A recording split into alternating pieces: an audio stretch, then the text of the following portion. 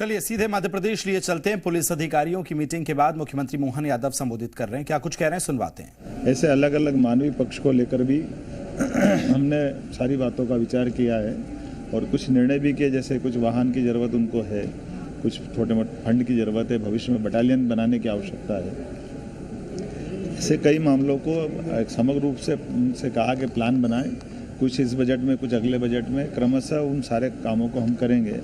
एक निर्णय और किया है कि जो पुलिस और हमारे अदर्स डिपार्टमेंट जो अपना निर्माण कार्य वगैरह कुछ करते हैं तो पार्किंग की और कई कठिनाइयाँ होती है, उस दिशा में भी उनकी राय ज़रूर लेना चाहिए, क्योंकि बड़े जब आयोजन होते हैं या वैसे भी शहर में ट्रैफिक की समस्या आती है तो अल्टीमेटली पुलिस भी बहुत परेशान होती है, जनता भी परेशान होती है। तो मैं समझ सकता हूँ कि और इसके अलावा धार्मिक शहर के अंदर भविष्य में जो बड़े मेले होते हैं, बड़े आयोजन होते हैं, तो पुलिस बल को ठहराने की आवश्यकता हो या बाकी इस प्रकार के कई दूसरी ज़रूरतें होती हैं, उन सारी ज़रूरतों का निराकरण उनके आवश्यकता के हिसाब से हो।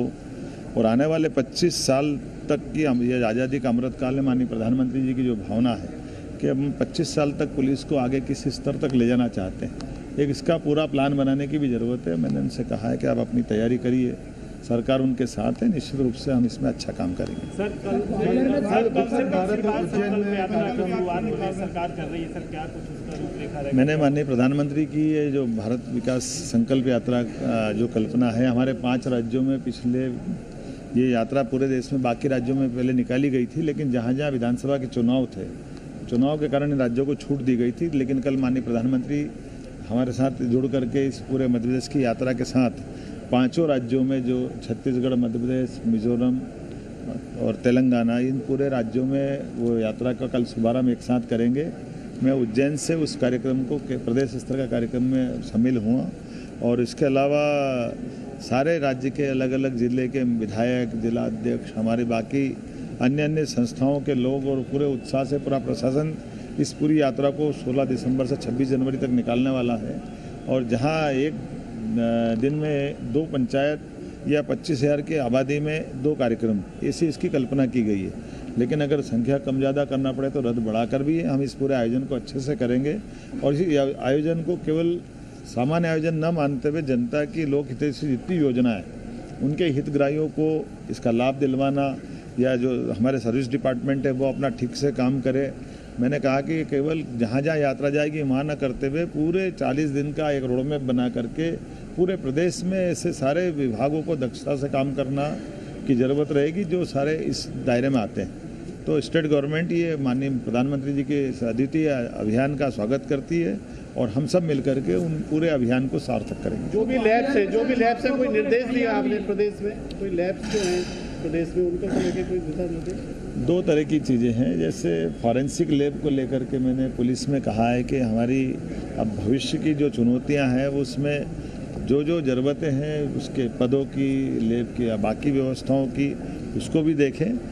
मैं साथ ही साथ रास्ते में जब लौटा था तो एजुकेशन डिपार्टमेंट में भी गया था, तो उनकी लैब और उनकी चीज़ों के लिए भी कहा है कि जहां आवश्यकता लगेगी उच्च शिक्षा विभाग में भी सरकार पूरी मदद करेगी। सत्र शुरू होने वाला है, मंत्रिमंडल को लेकर कयास लगाए जाते हैं।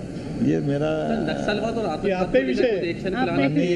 हमारे यशस्वी नेतृत्व इस पूरे मामले में निर्णय करने वाला है और वो जैसा नक्सलवाद, आतंकवाद को लेकर कुछ एक्शन प्लान है? हाल ही में पीएफआई के काफी सदस्य हमने, मुझे इस बात की प्रसन्नता है कि कल ही एक 12 लाख का निनामी नक्सलवादी व्यक्ति को हमने पुलिस ने दक्षता के साथ उसका एनकाउंटर किया है। और ऐसे किसी हालत में हम किसी प्रकार की गतिविधियों को बढ़ावा नहीं देंगे, खास करके नक्सलवादी क्षेत्र में भी। और भविष्य में अगर इसमें इस क्षेत्र में बटालियन की ज़रूरत रहेगी तो हम इसमें बटालियन भी देने वाले हैं और जो जो ज़रूरत सुरक्षा के इंतजाम की होगी वो सब करेंगे। तो ग्वालियर में छात्रों के ऊपर एफआईआर दर्ज हुई, उनकी मंशा साफ थी, मेरे को ध्यान में आया इस मामले में हम पूरी मदद करेंगे। आप कुछ और कारण हैं उसके बारे में मुझे सार्वजनिक बोलना नहीं है, लेकिन ऐसे अपराध के मामले में भी मैंने कहा है कि पुलिस इतनी जल्दी नहीं करे, ऐसी गंभीर धारा भी नहीं लगाए। ये इनसे हमको बचने की ज़रूरत है। जो अपराध की श्रेणी का हो उसकी पूरी गंभीरता के साथ जांच करने के बाद ही उस पर कार्रवाई करना चाहिए। बहुत धन्यवाद।